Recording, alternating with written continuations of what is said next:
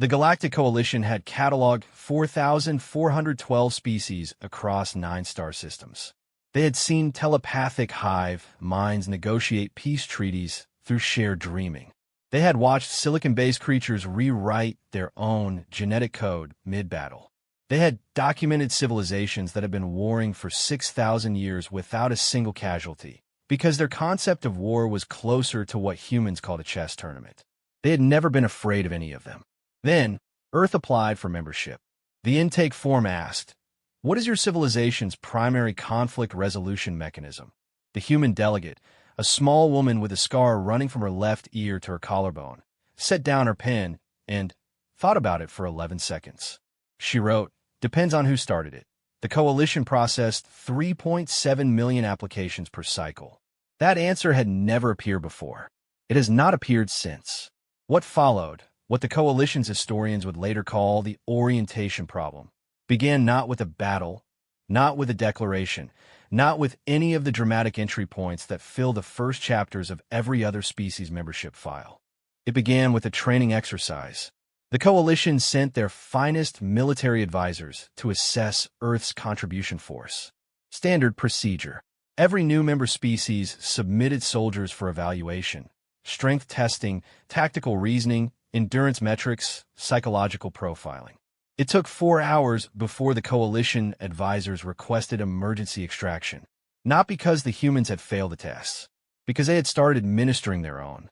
This is the story of what happened when the galaxy's most sophisticated military alliance discovered that the species they had accepted as the junior member, the small, soft, short-lived, embarrassingly fragile species from a mid-range star in an unremarkable arm of the Milky Way, had spent 200,000 years doing only one thing with any real consistency, getting very, very good at killing each other, and then deciding to stop. That second part is what none of the coalition's threat assessments had accounted for. A species that had mastered violence and chosen restraint was something their models had no category for. They were about to get one. The transport shuttle carrying Earth's first military delegation to coalition headquarters smelled like instant coffee, boot polish, and something that the Veth crew members quietly agreed smelled like controlled aggression, though none of them had a word for it in their language because their language had never needed one. There were 43 humans aboard. The Veth pilot, a 6-limbed navigator named Sul who had logged 14,000 hours across 9 systems, had transported delegations from 31 species. He had carried Drawl warlords. He had ferried Chimeri monks who could crack stone with their tails. He had once transported a full battalion of Garathi shock troops, a species whose average individual weight was 400 kilograms and whose battle cry had been clinically proven to trigger cardiac arrest in 3 other species. He had never once felt what he was feeling now. It wasn't the human size. They were small. The tallest one barely reached Sul's middle shoulder. They were thin-limbed and smooth-skinned and walked on only 2 legs with an easy, rolling confidence that should not have registered as threatening given the math of their bodies. No natural armor. No enhanced musculature. No visible biological weapons. According to the intake files, their sensory range was so limited it was almost insulting. They could not see infrared, could not hear subsonic frequencies, could not echolocate, could not detect electromagnetic fields. And yet, Sul had been watching them for 6 hours now, and there was something in the way they moved through the shuttle that he could not categorize.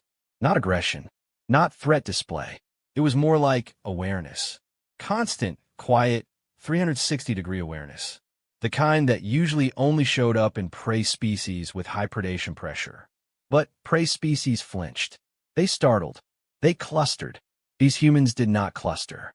They moved through the space like they were mapping it. Like every time one of them walked to the water station or changed seats, they were filing information. Not consciously. Sul was fairly sure they weren't even aware they were doing it. It was below the level of intention. It was in the body. The one they called Master Sergeant Diallo sat in the second row and had not slept in 6 hours. Sul knew this because he'd checked. She sat with her back to the hull wall, ankles crossed, reading a physical paper document, an artifact so old that 2 of the younger Veth crew members had photographed it out of anthropological curiosity, and she had not once looked up from it. But every time someone moved, her eyes tracked. Just a flicker, just a reflex. There, and gone. Sewell had asked the human liaison officer, a round-faced young man named Chun who had been assigned to smooth over cultural interfaces, what Master Sergeant Diallo was reading. Chun had looked at the document and laughed. Field manual, he said. FM 3 to 24. Counterinsurgency. She's read it probably 40 times. Why does she continue reading it? Chin's smile changed shape. Not disappearing, but going somewhere more complicated. She says there's always something new to learn depending on what you're walking into. Sewell had looked at the paper document, then at Master Sergeant Diallo, then back at Chun. What does she think she's walking into? Chun had considered this with a sincerity that was somehow more unsettling than evasion. Honestly, she doesn't know. That's why she's reading. Coalition headquarters occupied a constructed platform the size of a small moon, orbiting a binary star system equidistant from the 9 core member worlds. It was the single most expensive structure in the known galaxy, a deliberate monument to collective achievement, designed by 47 architects from 11 species over 60 years. The exterior was programmed to shift color in real time based on the emotional composite of all beings currently inside, a feature that had seemed elegant during the design phase and had been quietly disabled after the first major diplomatic incident, when the building had turned a shade of red-violet that the Chimeri delegation found deeply offensive for reasons that took 3 years to fully explain. Now it was a neutral pale gold. Always. Regardless, the humans walked off the shuttle in a loose formation that looked casual and wasn't. Sewell watched them from the dock and identified the structure in their movement without being able to name it. The woman with the scar at the front, the tall one with quiet eyes at the rear, the others distributing themselves at natural-looking intervals that were not natural at all. They were covering angles. They were doing it the way lungs process oxygen, without thinking, without stopping, without ever not doing it. Coalition Orientation Director Tessavant met them at the dock personally. This was unusual. Tessavant was Veth, senior enough that personal appearances at shuttle docks were considered beneath the dignity of the office. She had made an exception because 3 of her junior staff members had reviewed the pre-arrival briefing and come to her individually at different times without knowing the others had done the same to say variations of the same thing. I think we may have miscategorized them. Asterisk Tessavant was old. She had been processing new member species for 40 years. She had heard variations of that concern before, usually from staff members who were reacting to aesthetics rather than data. Someone would see a Garathi for the first time and feel instinctive fear and interpret that as categorization error, when really they were just having a normal response to something large and tooth-heavy. But 3 staff members, independent, all 3 having read different sections of the intake file. She had read the whole file herself on the transit over. Then she had read it again. Then she had pulled every adjacent document. Historical records, conflict data, population statistics, technological development timelines. She had run the numbers through coalition standard metrics. She had cross-referenced with every species in the database that showed comparable development curves. There were no comparable development curves. The closest analog was the Garathi, but the Garathi's military evolution had plateaued 800 years ago when they achieved systemic dominance over their home planet, and the selective pressure for warfare dropped. Standard pattern. Almost every warlike species in the database followed it. Violence peaks, then levels, then slowly decreases as the civilization finds other problems to solve. Humans had leveled off. Then they had invented new kinds of warfare specifically to solve the plateau. Then leveled off again. Then invented new kinds again. The cycle had repeated 11 distinct times in recorded human history, each iteration producing warfare of greater complexity, greater lethality, and this was the part that had kept Tessavant reading past the point where she'd intended to stop, greater restraint. That word kept appearing in the documents. Restraint, rules of engagement, proportionality, laws of war, a species that had invented laws specifically to regulate how they were permitted to kill each other. She had no framework for it. No species in the Coalition database had ever done that. Most species warfare was limited by biology, by what their bodies could do, by how much pain they could endure by resource constraints.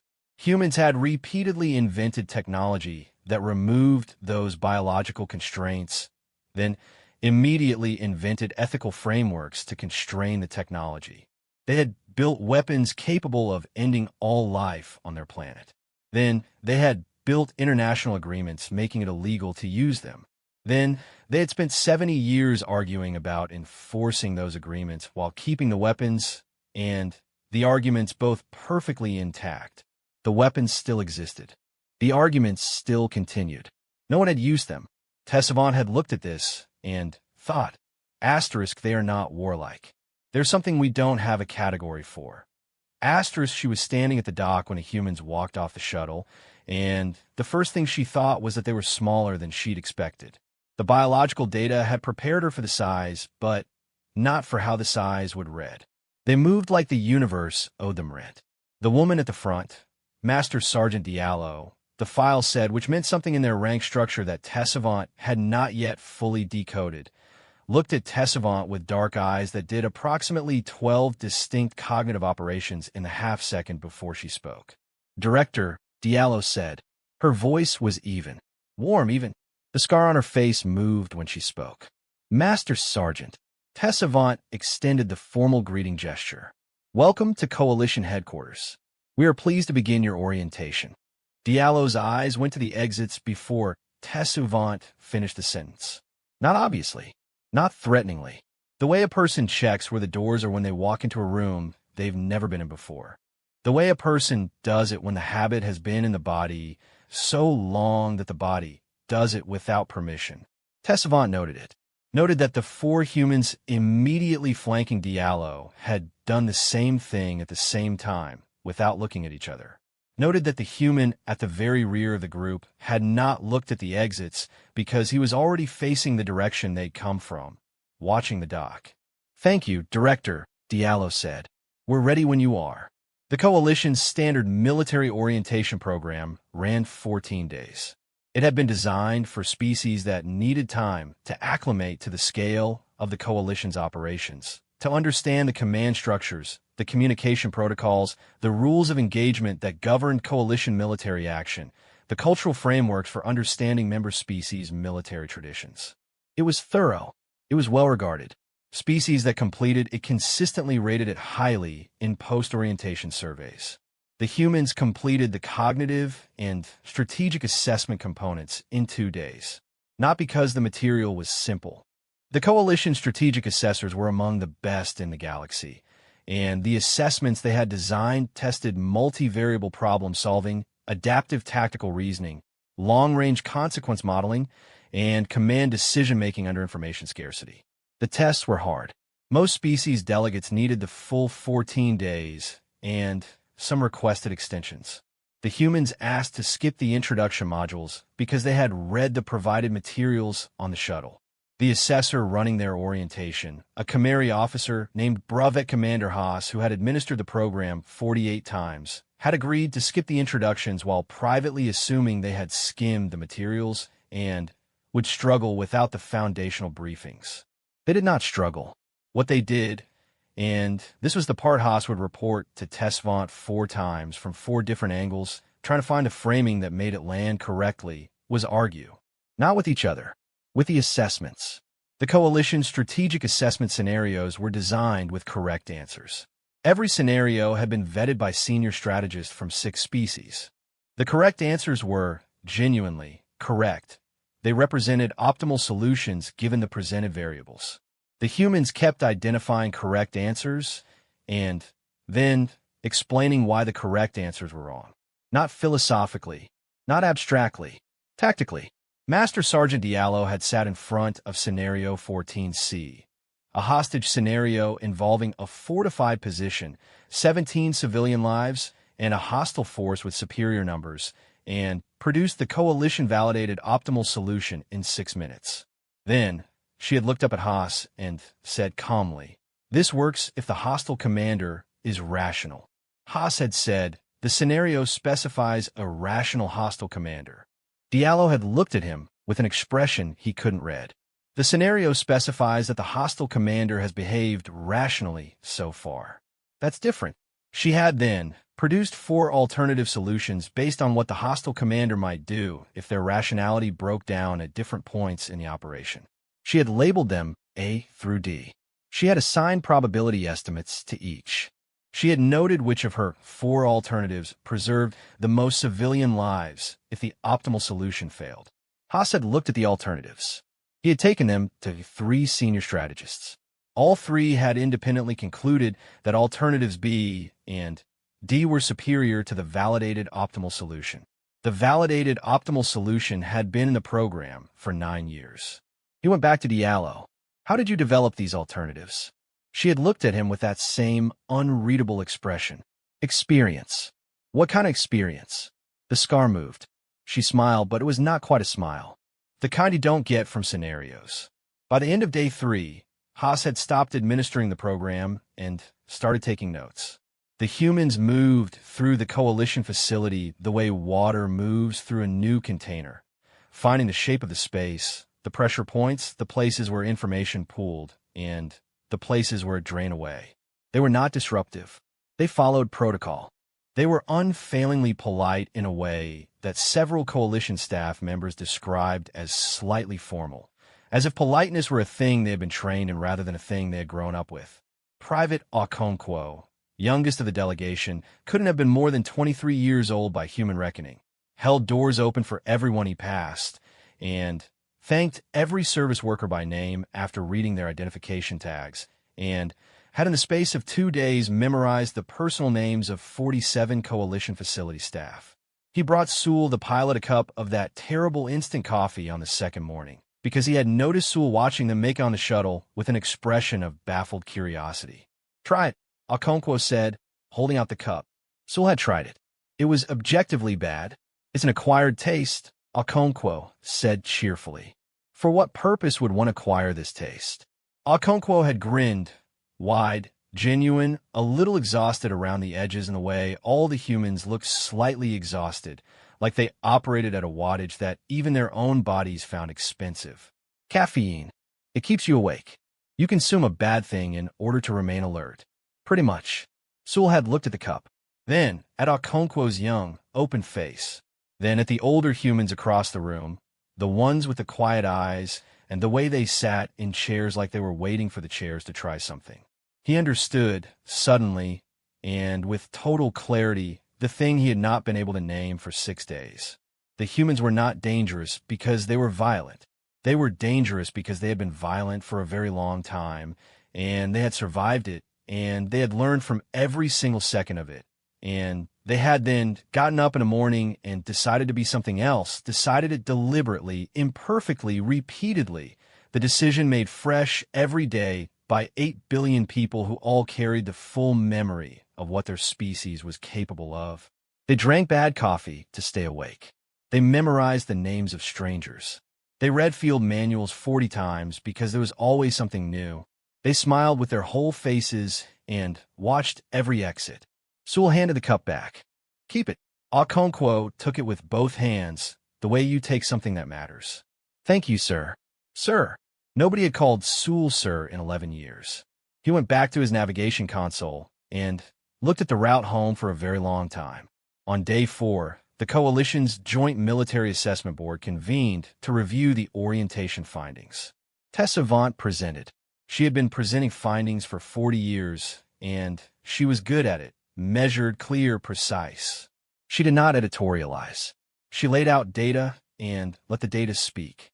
The data said, the humans had completed 14 days of orientation content in 3 days, had identified 4 improvements to validated strategic doctrine, had demonstrated adaptive tactical reasoning at a level that exceeded any incoming member species in the Coalition's recorded history, had made 47 facility staff members feel personally acknowledged, and had drunk an amount of coffee that was, by volume, slightly alarming.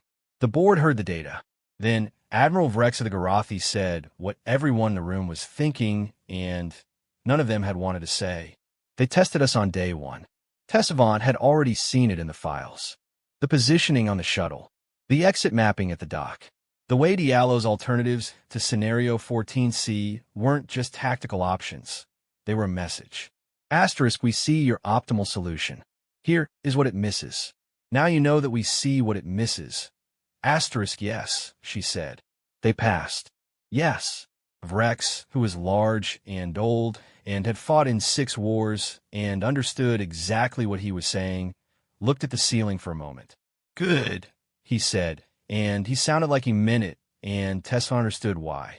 If the species you were about to bring into your military alliance was going to test you, the only thing worse than passing was failing. They had passed. Now came the part no one had written a protocol for.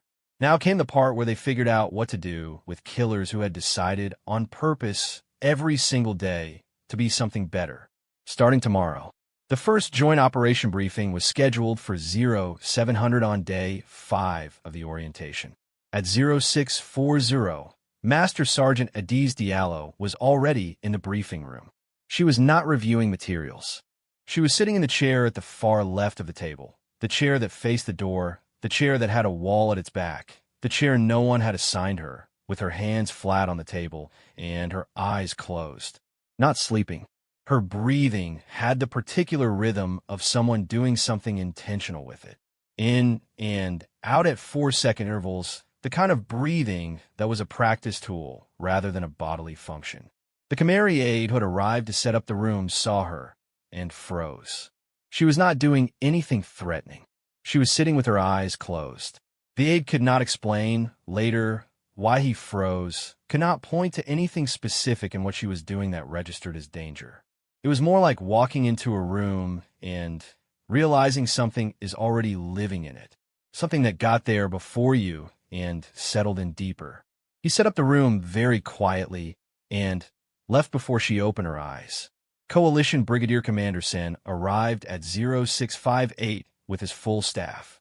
He was Veth, not Sul species in temperament, though the same in biology, a career military officer who had managed 14 joint operations over 30 years, and who had been selected to oversee the Earth delegation's integration because of his reputation for managing complicated personalities.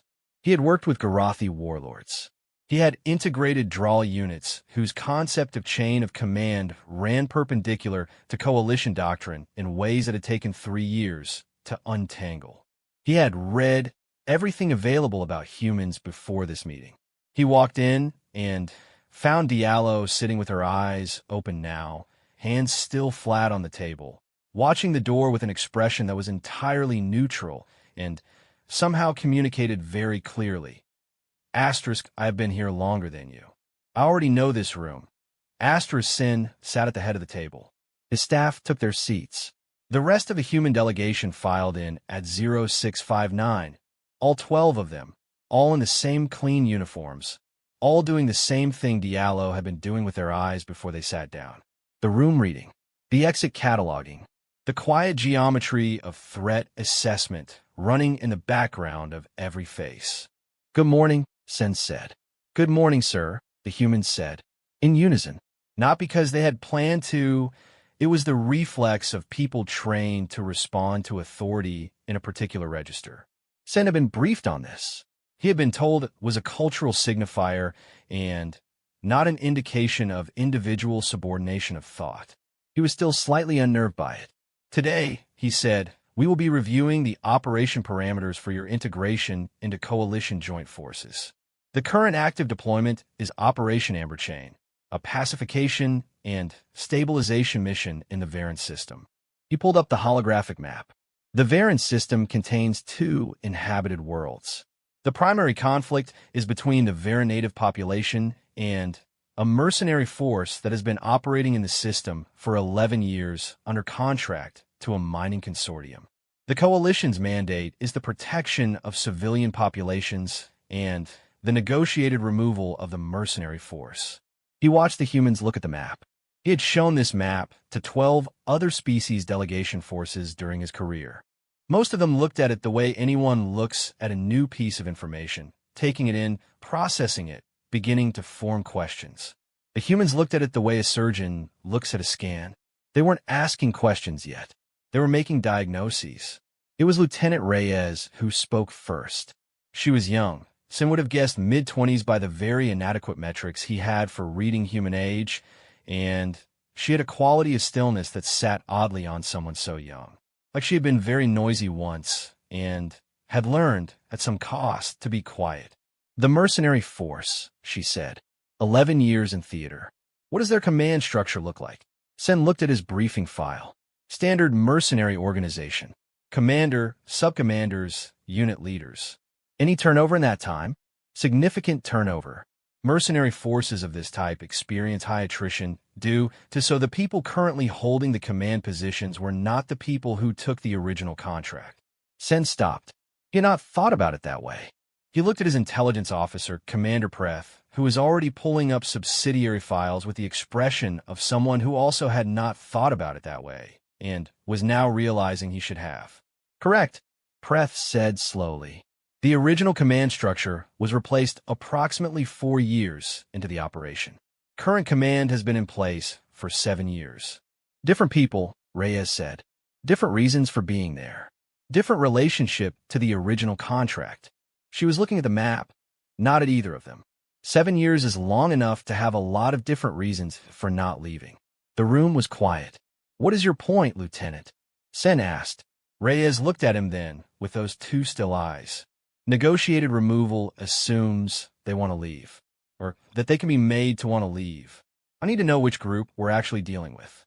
Preth had pulled 3 files and was reading them in parallel.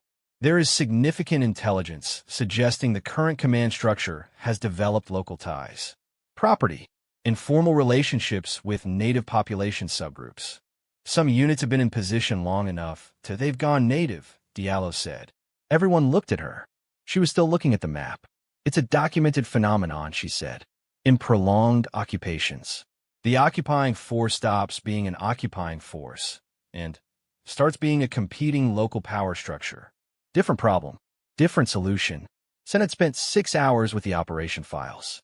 He had attended 6 briefings on Operation Amberchain. None of his staff had used those words. Different problem, different solution, asterisk, and what solution, he said carefully, would you propose? Diallo finally looked away from the map. At him. The scar moved. "That depends on what you actually want the outcome to be," she said. "Removal or resolution." The briefing ran 4 hours over schedule. By the time it concluded, Sen had scrapped 2/3 of the operational plan he had presented at the start of the morning, and the intelligence staff had filed 6 requests for subsidiary information they had not previously known they needed. The humans had not raised their voices. They had not been aggressive or dismissive. They had asked questions in the tone of people who genuinely wanted answers, and had then followed each answer with another question that made the first answer look like it was standing on a ledge. Sen sat in his office afterward and tried to write his summary report for Tessavant, and found that he kept stopping at the same problem. How do you describe a group of people who are simultaneously the most cooperative briefing participants you have ever worked with and the most unsettling? They agreed with everything that was sound. They raised problems with everything that wasn't. They did both in the same tone, with the same even politeness, making it structurally impossible to feel defensive about the corrections because they weren't delivered as corrections. They were delivered as contributions, as additions, as yes and rather than yes but, except at the end, parts consistently revealed that the original plan had a hole in it. He wrote, "The human delegation demonstrates exceptional operational analysis capability and cooperative integration behavior." He stared at that sentence. He deleted it. He wrote, "Asterisk, they find the holes." That is what they do. In 11 years of coalition service, I have not worked with a force that finds holes the way they find holes. I do not know if this is training or instinct or something that has no category. I am recommending expanded integration at the earliest possible timeline. Asterisk, he sent it. Then he sat with the quiet of his office and thought about what Diallo had said. Removal or resolution. Asterisk, he had been running pacification operations for 30 years, and he had never once been asked to choose between those two things explicitly. They had always been treated as the same thing. You remove the hostile force, and that resolves the situation. Diallo had said, in 4 words, that this was not always true. Had said it like she knew it from a place deeper than doctrine, from the place where doctrine comes from when doctrine has been tested until it breaks. He pulled up the Operation Amberchain files again. He started reading for holes. Word spread through the facility the way things spread in institutional environments. Not officially, not through any channel anyone could point to afterward, but person to person in the pauses between tasks, in the shorthand of people who work together closely enough to read each other's faces. The humans found something in Amberchain. Asterisk, they found something in 3 other active files too. Preth's team pulled 6 emergency intel requests. Asterisk, did you hear what Reyes asked about the mercenary turnover? Sen's been in that briefing room for 4 hours. Asterisk, Sewell heard it from the dock administrator, who had heard it from a logistics officer, who had been in the corridor outside the briefing room and had overheard enough to understand that the orientation had stopped being an orientation somewhere around hour 2. He thought about Okonkwo and the cup of coffee. He thought about Diallo reading a field manual 40 times. He thought about the way the humans had walked off his shuttle, and how he'd spent 6 days trying to name the thing he was seeing, and how the name he had finally found was not a threat assessment, and not a warning, but something more like a fact about the universe that he had not previously known. They had been paying attention. That was all. That was the whole of it. For 200,000 years, on a single planet, fighting each other, fighting disease, fighting famine, fighting the particular cruelty of a world that had not been designed with their comfort in mind. They had been paying attention. To terrain, to behavior, to the holes in plans, to the names of strangers, to the way things went wrong before they went wrong, to the difference between removal and resolution. They had paid attention until paying attention was as natural as breathing and twice as automatic. And then they had gotten on a shuttle and brought all of it here. The Varen situation briefing reconvened on day 6 with new intelligence parameters requested by the human delegation. The new intelligence changed the picture significantly. The Mercenary command, as Reyes had suspected, had fractured over 7 years into 3 distinct subgroups with 3 distinct sets of motivations. The first group, about 30% of the force, were genuine mercenaries there for contract value, willing to negotiate departure terms if the financial incentives were right. The second group, another 40%, had gone native in the specific way Diallo had identified. They had assets, relationships, and, in some cases, families in the system, and leaving was not a simple calculation. The third group, the remaining 30%, concentrated in the command tier, had accumulated enough evidence of coalition rules of engagement violations over 11 years that departure meant exposure, and exposure meant prosecution. That third group had nothing to gain from negotiation and everything to lose. They'll fight, Diallo said, looking at the updated map. Not because they want to, because it's the only option that doesn't end with them in a coalition tribunal. Which means negotiation with the full force is impossible, Preth said. He had been sitting straighter in every meeting since the first one. Something about working with the humans had apparently activated a quality of alertness in him that the regular routine had not been requiring. Negotiation with the first group is possible, Reyes said, if it's done fast before the third group can persuade them that unified resistance is safer than individual deals. The second group, she stopped, tilted her head slightly. The second group is actually the key. Sen looked at her. Explain. The second group is locally embedded. That means they have relationships with the Varen native population, which means the native population has leverage with them. If the civilian leadership of the Varen worlds formally offers the second group a pathway to legal residency, not forced removal, an offer to stay on terms, you cut the force into 3 separate decision trees, and the third group's ability to maintain cohesion collapses. Silence. You are proposing, Sen said slowly, that the resolution of a mercenary occupation involves offering the occupiers a path to staying. For part of them, yes. That is not a coalition doctrine solution. No, Diallo said from across the table, and her voice was even and warm and final. It's a human one. Sen wrote his second report to Tessavant that night. It was longer, he noted, The humans had taken an 11-year-old operational problem that 3 previous coalition force deployments had failed to resolve and had produced a potential solution framework in 36 hours. The framework required simultaneous diplomatic, intelligence, and military tracks operating in close coordination. Not a simple operation, not a cheap one, and not one that would look clean in the after-action reports. But he wrote, probably going to work. He paused at the end of the report, added a line that he hadn't planned to write. I have been managing the Earth delegation as an incoming junior partner requiring orientation and integration support. I am revising that assessment. They do not need orientation. They need a mission. Recommend expedited deployment to Varren system under joint command structure. Recommend placing Sergeant Diallo in tactical advisory role with full operational access. Asterisk, he paused again. Added a final line. They've been paying attention for a very long time. I think we should let them show us what to do with that. Asterisk, what no one in the facility had yet understood, what Tessavant was beginning to understand, what Sin was circling, what Sewell the pilot had felt in his bones on day one, without having the framework to name, was that the humans had not arrived with a doctrine. They had arrived with something older. Every species in the coalition had a military doctrine, a set of principles tested over time, codified, taught, applied, revised, taught again. Doctrine was the institutionalization of experience.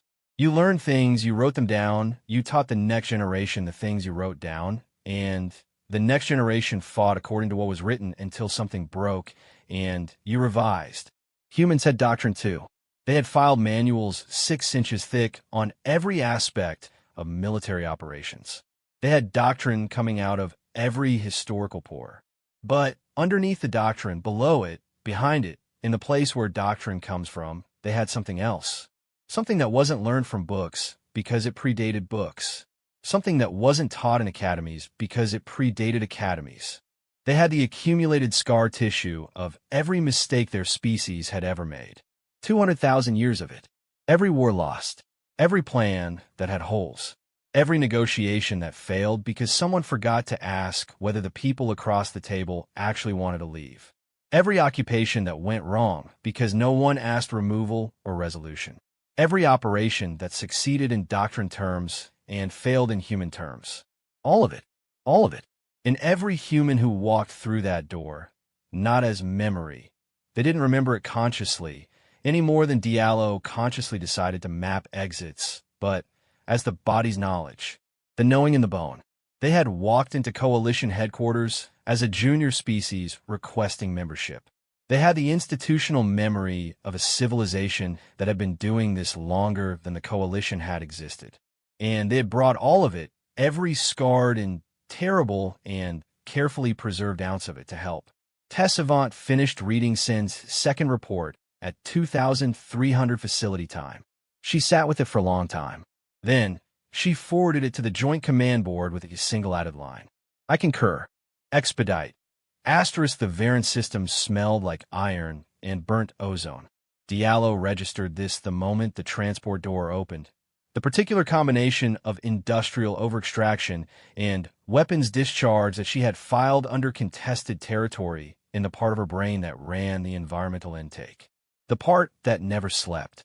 The part that had been cataloging entry conditions since she was 19 years old and had stepped off a transport into the red dust of a forward operating base in a desert that had no reason to care whether she lived or died. Different planet. Same smell. Some things were apparently universal.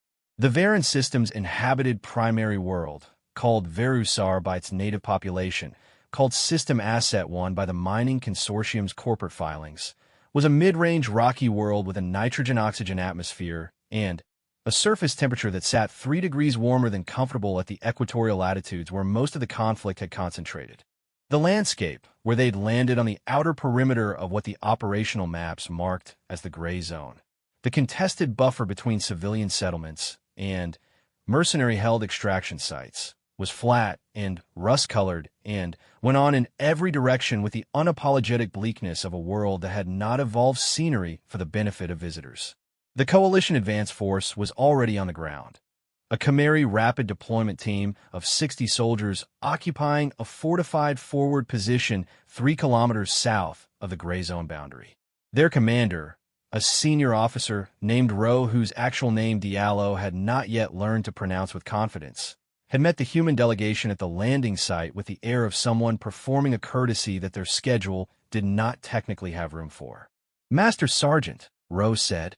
The Khmeri were tall, easily a head above Diallo's 5'8", built with the dense musculature of a species that had evolved on a high-gravity world.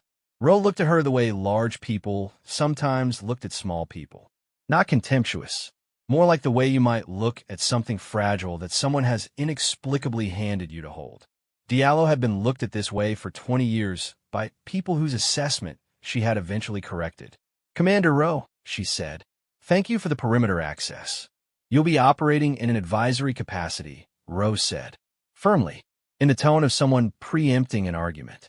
"That's correct," Diallo said, in the tone of someone who had already done the math on whether this particular battle was worth having right now, and decided it wasn't. She watched Ro recalibrate.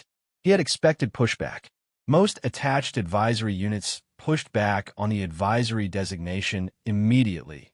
Territorial reflex, institutional ego.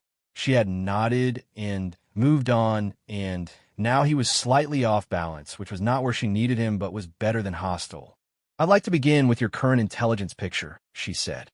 "And then I'd like to walk the perimeter." "Walk the perimeter yourself?"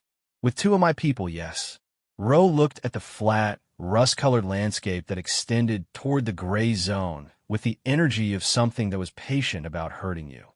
"The forward sensors cover the perimeter." "I know. I'd still like to walk it." A pause. The Khmeri communication style she had learned during orientation ran cooler than human, less facial expression, more vocal modulation. Ro's voice had gone a quarter register flatter, which her orientation briefing had said meant either mild skepticism or digestive discomfort.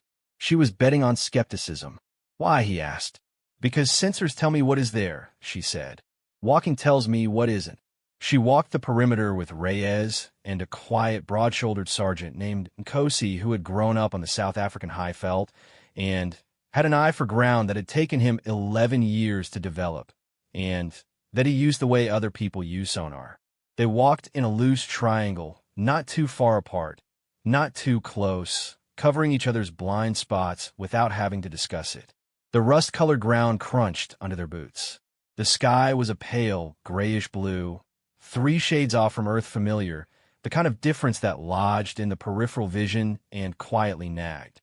Nkosi stopped twice. The first time, he stopped and looked at a section of ground that the sensors had flagged as clear, and crouched and pressed 2 fingers into the rust-colored soil and said nothing for 45 seconds. "Vehicle traffic," he said. "Recent. Within the last cycle." He looked at the direction of the tracks, which were not tracks. No single distinct impression, just a slightly different compaction pattern in the soil that his 11 years could read and Diallo's sensor readout could not. Coming from inside the gray zone, moving toward the settlement perimeter. "Not the extraction sites," Diallo said. "No." She looked in the direction of the settlement perimeter. 2 kilometers. The intelligence files said the native Varen settlements were behind the coalition-established humanitarian boundary. Safe, monitored, stable. The intelligence files said. She filed the compaction pattern and looked at Reyes. Reyes said, very quietly, second group. The mercenaries who had gone native, who had relationships with the local population, who had been moving between their positions and the settlements past the sensor net on a schedule that suggested they had been doing it long enough to know exactly when the coalition sensor sweeps ran. Not hostile movement, not an attack vector. They were visiting someone. "We need to find out who they're visiting," Diallo said. The second time Nkosi stopped, it was because of a silence. It was a specific kind of silence. Not the absence of sound, but the absence of the specific sounds that should have been there. On a world with atmospheric conditions supporting life, there was ambient biosound. Small things. Insects or the local equivalent. Wind movement through vegetation. The subtle background noise of an ecosystem doing its business. There was a section of the perimeter roughly 80 meters long, where that ambient noise dropped. Diallo stood in it and felt the specific alertness that had no name. The wordless noticing that the body does faster than the mind, the thing that had kept her alive on 4 continents over 20 years. Something scared them off, and Kosi said, about the local fauna. Not us. We're upwind, and we haven't been here long enough. How long ago? He looked at the ground, at a small creature track in the soil, the tiny impression of something that had moved in a hurry. Hours. Maybe 8. Diallo looked at the sensor coverage map in her head. She had memorized it before the walk, the way she memorized everything operational before she walked into it. This 80-meter section sat in a coverage gap, a small one, the kind of gap that existed in every sensor net, because no sensor net was perfect because the people who designed them were working from Doctrine, and Doctrine always had holes. 8 hours ago, before the Coalition advanced forces' scheduled arrival, someone had known the schedule. Someone had been here, in this gap, and had left before the advanced force arrived. We need to go back, she said. Rowe took the intelligence report with the controlled expression of a senior officer receiving information that required him to revise conclusions he had already reported to his chain of command. Our sensors showed no. I know what your sensors showed, Diallo said, not cutting him off, completing the sentence on his behalf, the way you do when you're trying to save someone time, rather than score a point. The tracks are in a compaction pattern that your sensor's ground-penetrating frequencies wouldn't distinguish from natural settling. The sensor gap is real. It's not an equipment failure. It's a coverage geometry issue at that specific approach angle.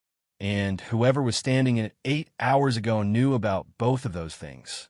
Rowe was quiet.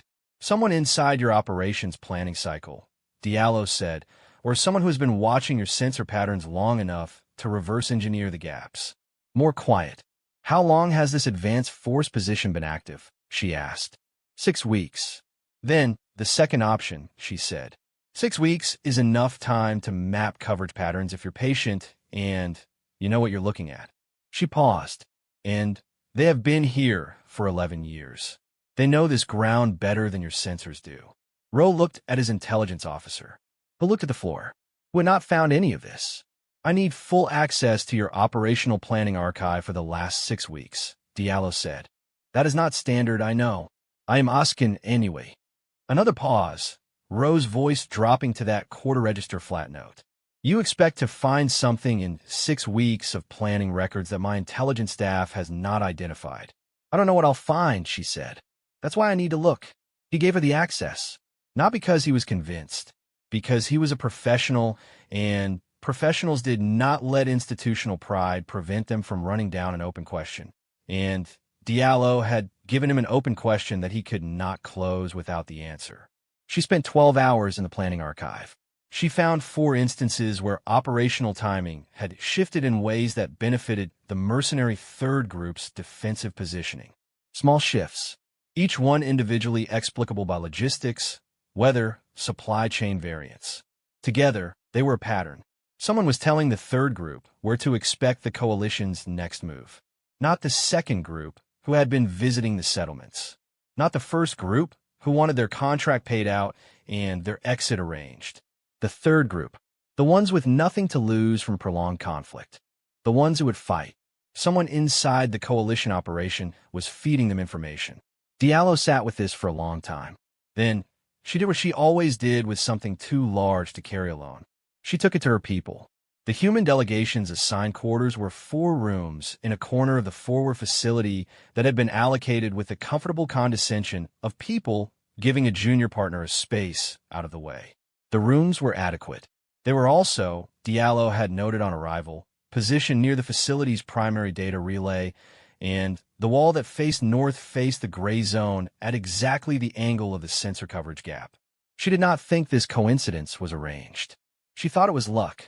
She had been having this argument with herself her entire career. Luck versus pattern recognition. The brain sees patterns in noise. The brain also sees real patterns in real data. The hard part was telling the difference. She spread the 6 weeks of planning data across the room surface and called in Reyes, Nkosi, and Two others, Chin, who had the kind of mind that found anomalies in information systems the way Nkosi found them in ground, and Specialist Osei, who was quiet in a way that meant she was always thinking and whose thinking had a habit of arriving at conclusions 3 steps ahead of the conversation. They worked through the night. By 0300, they had it. The information leak was not inside the Coalition Advance Force. It was worse than that. It was in the operational planning cycle 2 levels up, in the Joint Command Communication Architecture, in a data routing node that had been established when the Coalition first began its operational planning for Amberchain, and that processed copies of all operational timing updates as part of standard administrative protocol. The routing node had an access log. The access log had an anomaly that looked like a system hiccup, a 0.3-second delay in data processing that occurred sporadically, not on any schedule, not in any pattern that would flag as significant. Chun found it because he was looking for something that was trying not to be found. "It's a passive tap," he said, his eyes bright with the particular tiredness of someone who had been solving a problem for hours and was now looking at the answer. Someone installed it when the routing node was set up. It doesn't copy data. It timestamps it. So when an operational update comes through, it doesn't steal the update. It just marks that an update happened. And someone with ears in the mercenary force hears the mark, Osei said. "They don't know what the update says," Chun continued. "They just know an update happened, which tells them something is changing. Don't move. Don't commit. Wait." "Which is all the third group needs," Diallo said. She sat with this. The passive tap had been in place for 11 years. Before the current Coalition Advance Force. Before the current operational plan. Before almost certainly the current command structure on either side. 11 years ago, someone had installed a small thing in a data routing node, and 11 years of Coalition operations had run past it without anyone noticing, and the third group of mercenaries had survived 6 Coalition force rotations because they had the intelligence equivalent of a seismograph. They couldn't hear the conversation, but they could feel the footsteps. "Can you remove it without them knowing?" Diallo asked. Chin thought about it. "Yes, but that just blinds them. They'll know something changed. Not if we replace it with something that still sends the mark." Diallo was looking at the data. On a schedule, whether or not a real update is happening. Osei understood first. Her quiet face did a thing that was almost a smile. "You give them a heartbeat that doesn't match the actual heart. They've been reading this thing for 11 years, Diallo said. "They trust it the way you trust a clock. You give them a clock that runs on your schedule. You know when they're listening, and you know what they're expecting to hear." The room was quiet for a moment. "That's elegant," Reyes said. "It's old," Diallo said. "We've been doing it to each other for centuries." She briefed Ro at 0500. He sat across from her and listened to the full report without interruption. The compaction tracks, the silent fauna, the 6-week pattern, the passive tap, the proposed solution. And when she finished, he sat with it for 60 seconds. "You found all of this," he said, "in 36 hours on the ground. We had help from your planning archive. And from Nkosi's feet." Ro looked at the data spread on the surface between them. Then at Diallo. He had the expression of someone revising a category, the specific cognitive load of updating a model that had seemed complete. "You're not advisory, are you?" he said. It wasn't a question. "That's what the protocol says." "I know what the protocol says." Diallo waited. Ro picked up the data on the passive tap. "Read again. Set it down." "What do you need from me?" he asked. She had been waiting for that question. She had been building toward that question since 0640 on day 5, when she sat in a briefing room with her eyes closed and mapped the shape of the problem. Every step since then, the perimeter walk, the archive access, the 12 hours with her people, had been the architecture of getting to this moment. Not because she needed his resources. She could work without his resources. Because an operation that cuts across species and chain of command levels needs a local commander who has chosen to believe in it. "I need you to run a false operational update in 48 hours, she said. "Something significant enough that they'll believe it. And I need you to trust me with the real one." Ro looked at her for a long time. "You are asking me," he said slowly, "to run a deception operation using my own command authority based on intelligence developed in 36 hours by a delegation with advisory status, against an enemy that has been operating in this system for 11 years. "Yes." against the recommendation of my intelligence staff, who have not independently verified your findings. That would take them 2 weeks, she said. We don't have 2 weeks. The third group is going to make a move. The visits to the settlements. The second group is negotiating. They're trying to find a way out. When the third group finds out, they'll act before the second group can finalize anything. We have maybe 4 days. Ro was quiet. I have been running operations in this system for 8 months, he said. We have made no progress in 8 months. I know, she said. How confident are you? She had been asked this question on 4 continents and in 1 orbital conflict, and she had always answered the same way because it was the only honest answer. Confident enough to act. Not so confident I haven't thought about what happens if I'm wrong. Ro picked up the data one more time. Then he set it down with the decision in the gesture. 48 hours, he said. What do we call the false operation? Diallo didn't smile. She had learned a long time ago not to smile at moments like this. Not because she wasn't pleased. Because the moment someone smiles at the start of an operation is the moment they've stopped taking seriously how many things can still go wrong. Something bland, she said. Supply reallocation. Logistics update. Something that sounds like exactly what they'd expect to hear and doesn't tell them anything useful. And the real operation? We call it what it is, she said. Resolution. The false operational update went out at 1,400 on day 3. Chen had replaced the passive tap with a modified version that still sent the timing mark. Still produced the 0.3-second delay that 11 years of mercenary intelligence had learned to read as a clock tick. But now the clock ran on their schedule, not on coalition operational planning. On Diallos, the false update said, supply reallocation, Sector 4, logistics consolidation, 72-hour processing window. In a language the third group had been reading for 11 years, this translated to Astra's coalition forces will be in administrative hold for 72 hours. No significant operational movement expected. Astra's Diallo was counting on them to hear it and make a decision. She was counting on 11 years of conditioning to do its work. A passive tap was only valuable if you trusted it.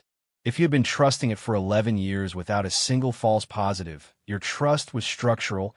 It had moved out of the part of the brain that asks, should I believe this? And into the part that just believes. You didn't verify a clock. You read it. She had 60 hours from the moment of the false update. The real operation was already running. The second group, the 40% who had gone native, who had spent 7 years building lives they hadn't expected to have, who had visited the settlements in the 8 hours before the coalition advance force arrived, had a leader. Diallo's 36 hours of ground intelligence had produced a name, not from the coalition files, which were focused on the command structure, but from the compaction tracks, from the direction of movement toward the settlements, from the cross-reference of where the heaviest civilian interface appeared to have occurred over 7 years based on the distribution of humanitarian violations that had never happened in a 20-kilometer radius of the secondary extraction sites. Someone in that zone was keeping the civilian population alive. His name was Varscellin. He was not in the coalition database as a significant individual. He held a middle management position in the mercenary forces logistics chain, which meant he didn't show up in the command tier analysis and didn't show up in the threat assessment and had spent 7 years being almost entirely invisible to the intelligence cycle that had been running against this operation. He had, in the 7 years since the force's original command structure had been replaced, gradually redirected enough material from a mining consortium's extraction operations to keep 3 Varen settlements in food and water stability through 2 consecutive drought cycles. He had done this quietly enough that the third group's command structure either didn't know or had calculated that the civilian goodwill he was generating was operationally useful and had chosen not to interfere. Diallo had found him through the gap in what was missing. Reyes had said in the first briefing on Amber Chain, 7 years is long enough to have a lot of different reasons for not leaving. She had meant it as an intelligence observation. She had been more right than she'd known. Varscellin had a daughter. She had been born in the 2nd year of his deployment to the Varen system, to a Varen native woman whose name appeared in exactly 2 of the Coalition's civilian population files, and she was 6 years old, and Her father had been visiting the settlement where her mother lived on the same irregular schedule that Nkosi had read in the compaction patterns. The coalition had never found him because the coalition had been looking for hostile actors. He wasn't a hostile actor. He was a father who had stayed too long and gone somewhere he hadn't planned to go and now had more reasons to be here than to leave, and the only thing standing between him and a resolution was the third group's command, who would burn everything he'd built rather than face a coalition tribunal. Diallo read this file 4 times. Then she went to find Osei. Osei had grown up in Accra and had a grandmother who had negotiated water rights between 3 competing tribal councils through 18 months of conversations that everyone else said were impossible. She had grown up watching the way her grandmother worked, which was mostly listening, and she had a quality of attention that made people feel understood before she had said a single thing, and Diallo had been putting her in rooms where she needed someone to feel understood for 3 years. "I need you to get a message to Varscellin," Diallo said. "Through the settlements? Through his daughter's mother. Find me her name in the population files." Osei had it in 20 minutes. The message itself took longer. It was 3 sentences. They wrote it 6 different ways before they had 3 sentences that said everything it needed to say and nothing it didn't. The first sentence told him they knew who he was. The second sentence told him what they were offering, residency status for him and his family on Verusar under coalition humanitarian protection, contingent on cooperation. The third sentence told him how long he had to decide. 48 hours. The same window as the false update. Not because the timing was militarily optimal, because the timing was human. You give someone a window that's long enough to make a real decision and short enough that they can't overthink it into paralysis. 48 hours was long enough to be fair, short enough to be urgent. The specific arithmetic of a species that had been making difficult offers under time pressure for a very long time. The message went out through the settlement liaison at 1,600 on day 3. The third group moved at 0300 on day 4.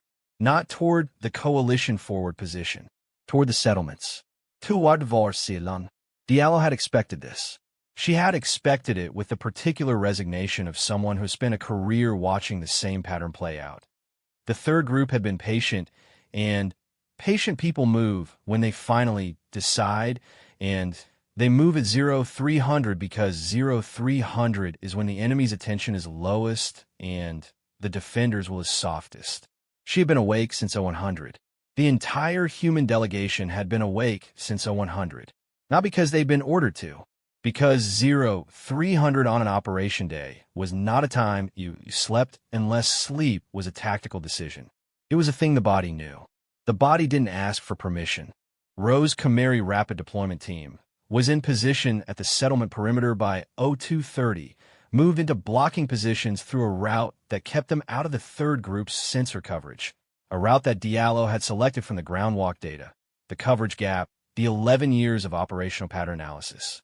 The third group arrived at the settlement perimeter at 0312 with 67 personnel and found 43 Khmeri soldiers already there. Not an ambush, not a trap, a wall. Just a wall of bodies standing in the dark between them and the settlement, silent, weapons not raised but present. The implicit message of people who have gotten there first and intend to stay. The third group's field commander, a heavy-set individual named Oscar, who Diallo had in her intelligence files as a former coalition auxiliary who had gone private 12 years ago and accumulated enough operational violations to fill a moderate-length prosecution brief, stopped at 40 meters and assessed. Diallo was watching via the forward sensor feed from the command room. She watched Oscar assess for 37 seconds. He knew the coalition forward position was 3 kilometers south. He knew the 72-hour administrative hold from the false update. He knew his numbers, 67 against 43, advantage his. He knew the terrain. He knew, or thought he knew, his options. What he did not know was that the first group, the 30% who wanted their contract paid and their exit arranged, had been contacted through a separate track at 2,200 the previous night by coalition liaison officers with signed payment guarantees and transport authorizations. 41 of his 67 personnel were first group members. At 0315, they sat down. Not dramatically, not with any visible signal. They just sat, on the rust-colored ground in the dark, weapons across their laps, in the universal posture of soldiers who have made a decision and are done moving. 26 remained standing. Oscar looked at them, at the sitting soldiers, at the Chimeri blocking force, at the sky, for some reason, briefly, at the ground. Diallo watched this on the sensor feed and felt the specific quality of silence that happens when someone is doing the final arithmetic and arriving at the number they didn't want. His 26 against 43 Chimeri. Not his favor. Not even close. He's going to make a choice, Nkosi said from behind her. Yes, she said. Which one? She watched Oscar's thermal signature on the sensor feed. His hand had not moved toward his weapon. This was data. This was the most important piece of data on the feed. The only one that keeps him alive, she said. At 0319, Oscar raised his hands. The formal surrender processing took 4 hours. Diallo spent most of it walking the perimeter of the settlement, which was awake now.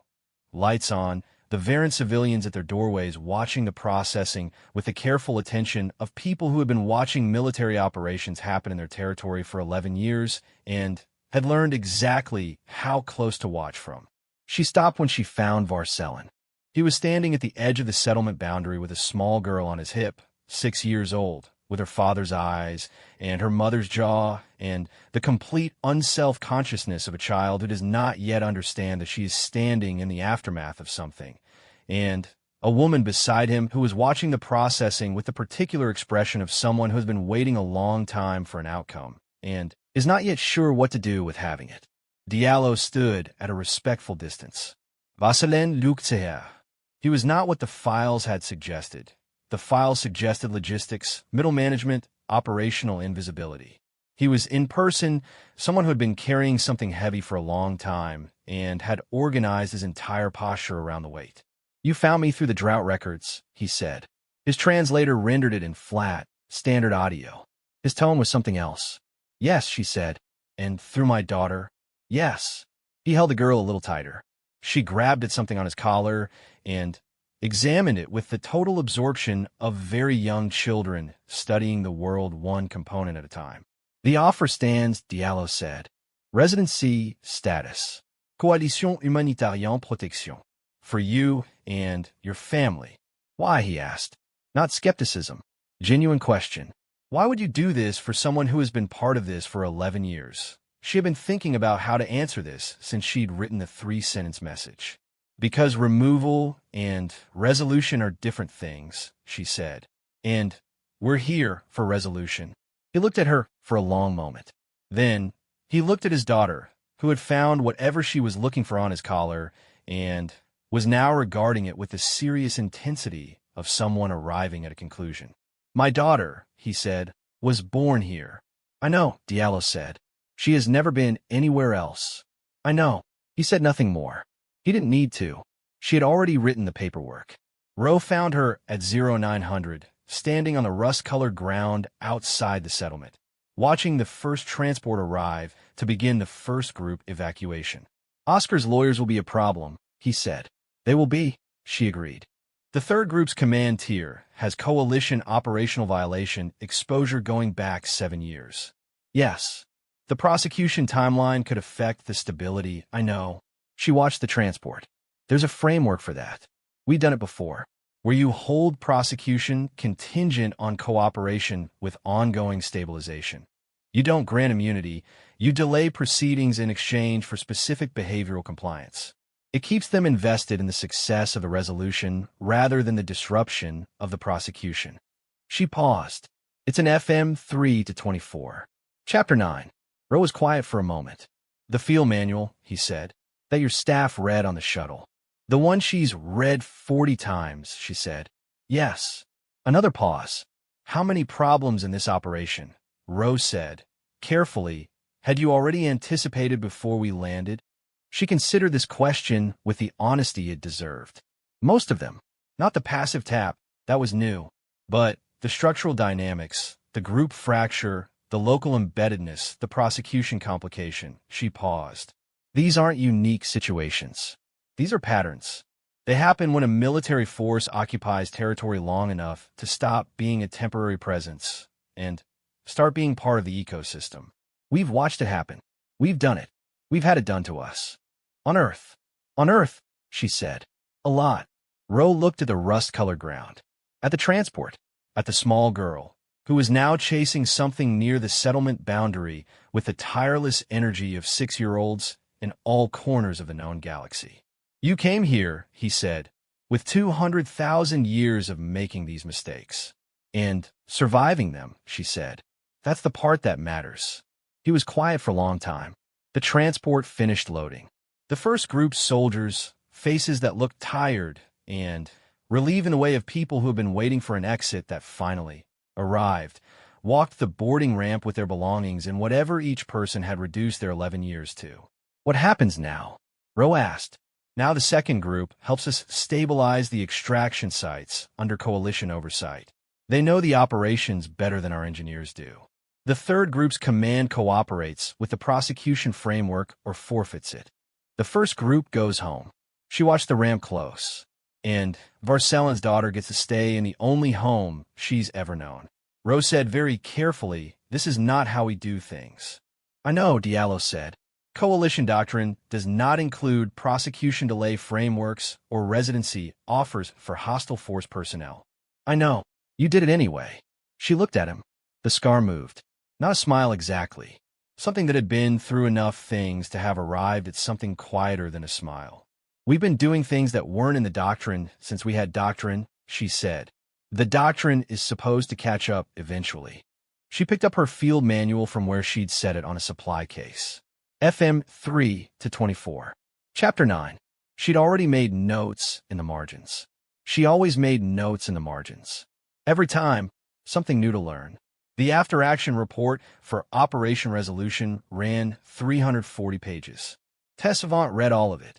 She read it the way she had read the original human intake file, in a single sitting, with a growing sensation of someone who has stepped into a river that is moving faster than it appeared from the bank.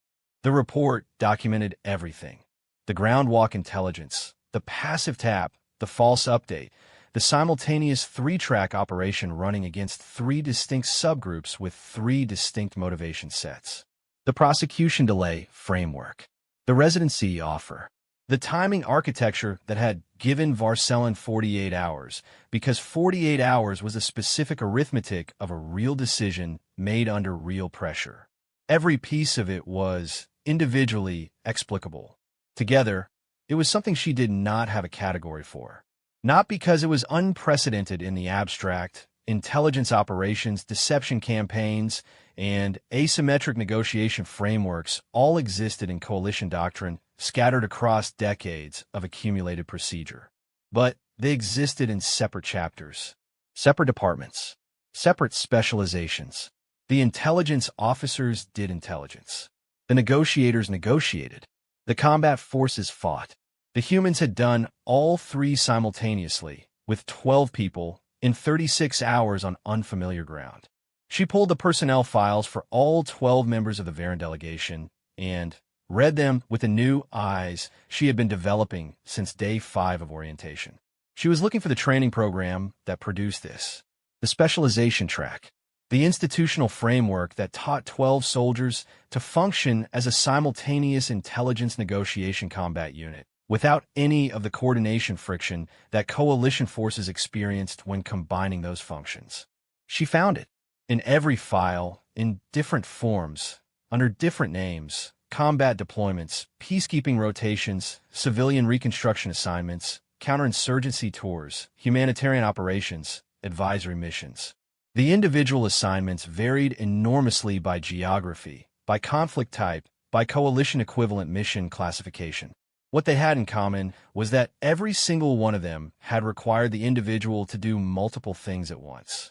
Fight and negotiate, protect and rebuild, gather intelligence and maintain civilian trust, use force and restrain from using force, sometimes in the same hour, sometimes in the same block of a city, sometimes in the same conversation.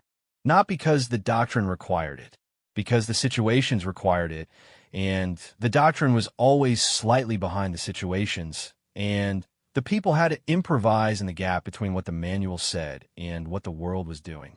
They hadn't been trained to do multiple things at once. They had been doing multiple things at once for so long that they had forgotten it was supposed to be hard. Tessavant sat with a 340-page report and thought about a conversation she'd had 30 years ago with a senior coalition strategist who had spent his career studying why operations failed. He had told her that the single most common failure mode in coalition joint operations was not equipment failure, not intelligence failure, not command communication failure, though all of those happened. The single most common failure mode was the gap between the plan and the ground. The plan was built in briefing rooms with complete information by people with time to think who were not cold or tired or in the specific altered cognitive state of people standing in a situation that had stopped matching the model. The ground was something else. Most species forces, when they hit that gap, called for updated instructions. They paused. They waited for the chain of command to catch up with reality. This was procedure. This was safety. This was how you prevented individual improvisation from cascading into operational chaos. The humans, as far as Tessavant could reconstruct from the after-action report, had not once called for updated instructions during the Varen operation. They had updated themselves. Not chaotically, not without coordination. Internally, they were apparently in constant, low-key communication in a way that Rowe's after-action commentary described, as they always seemed to know where each other were without checking. But they had taken every new piece of information, every deviation from the expected pattern, and incorporated it into an evolving model that the full delegation shared without ever convening a formal briefing to share it. The compaction tracks, the silent fauna, the 6-week planning pattern, the passive tap, Varscellin, all of it absorbed, processed, redistributed, acted on in the gap between the plan and the ground where most forces paused and waited and the situation continued moving without them. She flagged the after-action report for the Joint Command Board and added her own annotation. The operational model demonstrated here does not map to any current coalition doctrine category. Recommend formal doctrinal review with human delegation advisory input. This is not a request for their methods to be adopted wholesale. Coalition forces have different training baselines, and the direct transfer would not be viable. This is a request that we sit with these people and ask them how they learn to live in the gap, because that is where every operation eventually ends up, and they're currently the only force in our alliance that knows how to operate there. Asterisk, she sent the report. Then, she did something she had not done in 11 years of running coalition orientation. She requested a personal meeting with a delegation member. Not Diallo, who was the commander, and not Rowe, whose subsequent glowing endorsement had been delivered in the specific tone of a professional who has revised an assumption and doesn't quite know how to hold the revision. She requested a meeting with Osei, because the after-action report noted that Osei had been the one to deliver the message to Varscellin's daughter's mother. And the section of the report covering that contact was 3 sentences long, deliberately brief, Tessavant suspected, for reasons she wanted to understand. Osei arrived on time, which Tessavant had expected, and sat in the offered chair with a quality of stillness that was not the tense stillness of someone performing composure, but the real stillness of someone who had settled into their own skin a long time ago, and found it adequate. She was younger than Tessavant had expected from the file, though she had stopped expecting human files to prepare her for human people. "Thank you for coming," Tessavant said. "Of course," Osei said. "I want to ask about the contact with Varscellin's partner." Osei waited. She had the quality, Tessavant was starting to recognize it across the delegation, of someone who did not fill silences with noise. She let a question be a question and waited for it to finish being asked. "The report on that contact is very brief," Tessavant said. 3 sentences. "What actually happened?" Osei was quiet for a moment, not evasively, processing. "Her name is Verusar," she said. She had been living for 11 years under a situation she had not chosen, raising a child whose father was on the wrong side of a line she didn't draw. She knew what we were when we came to her door. She knew what we wanted. Osei's voice was even, factual, and somehow also something else. She looked at the message for a long time before she agreed to pass it. What did she say when she agreed? Osei's hands were folded in her lap. Still, she said, if something happens to him because of this, I will spend the rest of my life making sure someone knows your name. Tessavant processed this. She threatened you, she said. Yes. And you agreed to pass the message anyway. Yes. Osei looked at her with the quiet eyes that all the humans had, in different configurations. She was right to say it.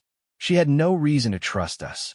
We were asking her to take a risk with someone she loved, based on 3 sentences from a stranger. The threat was proportionate. She paused. I told her I understood, that if I were her, I would have said the same thing, that her name was Osei, and if something happened to him, she was welcome to use it. Tessavant sat with this. You gave her your name. I gave her something real, Osei said. You can't ask someone for trust and give them nothing in return. Tessavant spent a long time after the meeting sitting in her office with the lights at half. She was thinking about something the Coalition's founding document said in a preamble that most people who worked in the building recited by rote without reading. Asterisk, we gather here in the understanding that the histories that divide us are also the knowledge that connects us. What each species has learned through survival, it brings as a gift to the whole. Asterisk 40 years of processing new member species. She had never thought about that sentence as a literal description of what happened in the orientation program. Most species brought technology, infrastructure, biological capabilities, population base, military force numbers. The humans had brought their history, not as archives, not as data transfers, as something in the body, in the bone, in the way they walked off shuttles and mapped rooms and found holes and gave their names to strangers who had earned a right to be angry. 200,000 years of making every possible mistake and surviving it and getting up the next morning and deciding on purpose to try to do it better. The trying was the thing. The deliberate, imperfect, repeated decision to be better than the thing their history proved they were capable of being. That was what no threat assessment had quantified. That was what the intake form had not found a category for when Diallo wrote, depends on who started it. That was what had made Sewell feel the river moving faster than it looked. They had not arrived as a junior partner requesting membership.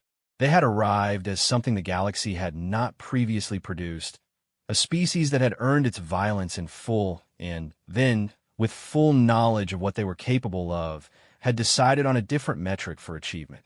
Not innocence. They were not innocent. The scar on Diallo's face was not innocent. The 36 hours of ground intelligence that had found a passive tap and a father's daughter and the prosecution delay framework, none of it was innocent. It was the work of people who knew exactly what they were doing because they had done it and had it done to them and had sat with the aftermath and read the field manual one more time and found something new. But they were here, standing in the gap between the plan and the ground, doing the work. 3 months after Operation Resolution, the Joint Command Board convened a formal doctrinal review. Diallo attended as the primary advisory voice from the Earth delegation.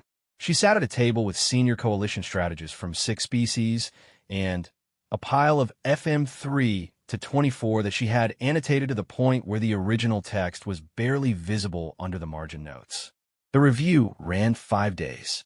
By the end of the first day, the Khmeri strategic advisors had flagged 4 protocols in Coalition Joint Operations Doctrine as structurally inadequate for multi-motivation hostile force scenarios. By the end of the second day, the Dral intelligence officers had requested a formal brief on passive tap identification methodology. By the end of the third day, the board had formally asked Diallo to lead a working group on prosecutorial framework alternatives for occupation resolution operations. She had agreed. On the 4th day, she had shown up at 0640. No one had assigned her a seat. She had taken the one with the wall at its back and the face toward the door, and she had her field manual open, and she was reading it with the particular attention of someone who has done this 40 times and is finding something new. Rowe, who had been assigned as joint co-chair of the working group and who had arrived at 0645 to find this already happening, stood in the doorway for a moment and looked at her. She did not look up, but some quality of her posture acknowledged that she'd heard the door. He sat down, opened his own files. Outside, on the Coalition headquarters platform that orbited the binary star system in its steady pale gold, the ambient display that had been disabled 20 years ago for diplomatic reasons was still technically functional. A junior maintenance technician, running a routine systems check, had accidentally toggled it active for 43 seconds before catching the error and switching it off. In those 43 seconds, the building had shifted color. Not the red-violet that had caused the old diplomatic incident. Not the steady administrative gold of a building carefully managing its effect. Something in between. A warm amber, the color of early mornings and old wood, and the particular light that slants through windows onto floors where people are working on difficult things with the intention of getting them right. The maintenance technician logged the error and added a note. Accidental activation. 43 seconds. No apparent cause. She was Veth and young, and she had not yet been briefed on the history of the display system. She did not know that the display was calibrated to read emotional composite data from every being currently in the building. She also did not know that the Earth delegation had been in the building for 3 months. She would figure it out, eventually. On Verusar, the rust-colored ground was still rust-colored. The first 2 groups had gone. The third group was in cooperative processing under the prosecution delay framework, which was working better than anyone had predicted and, worse than Diallo had hoped, which meant it was working exactly as well as things work when they're real and not theoretical. Varscellin was still there. He had a small house at the edge of the settlement, within sight of the secondary extraction sites that were now running under coalition oversight, and a daughter who was learning 2 languages simultaneously with the careless efficiency of a 6-year-old for whom 2 languages were simply the shape of the world. He sat outside in the evenings when the binary suns went down and turned the rust-colored ground something between orange and red, and sometimes he thought about the 11 years and what they had cost and what they had built and how those 2 things existed in the same space without canceling each other out. He thought about the soldier with the scar. He had asked her in that moment beside the settlement why they would offer him resolution rather than removal, and she had said, because removal and resolution are different things. He had thought about that sentence for 3 months. He thought he understood it now, in the way you understand something, not intellectually, but in the body, in the place where you carry the things that have actually happened to you. Removal was clean. Resolution was what happened after you decided to stay. His daughter came out of the house and climbed into the chair beside him with the territorial confidence of a child who owns every space that contains a parent, and looked at the 2 suns going down over the rust-colored horizon, and said something in her mother's language that meant approximately, "It looks like fire." "Yes," he said. She pointed at one of the suns, the larger one, the primary. "Is it dangerous?" "From here." He put his arm around her. "No." She considered this. Why not? He thought about a field manual full of margin notes, about a passive tap running on a false clock, about 48 hours designed to feel like enough time and enough pressure at once, about a soldier giving a stranger her name, because the people watching it, he said, are very good at knowing the difference between what is dangerous and what just looks like it. She thought about this with the serious intensity she applied to all conclusions. "Okay," she said. The suns went down. The rust-colored ground went red. Far above them, in the pale gold building orbiting the binary star, a working group on doctrinal alternatives for occupation resolution operations had just filed its first formal recommendation. It was not a coalition doctrine protocol. Not yet. It would be. Some things move slowly. The important ones always do.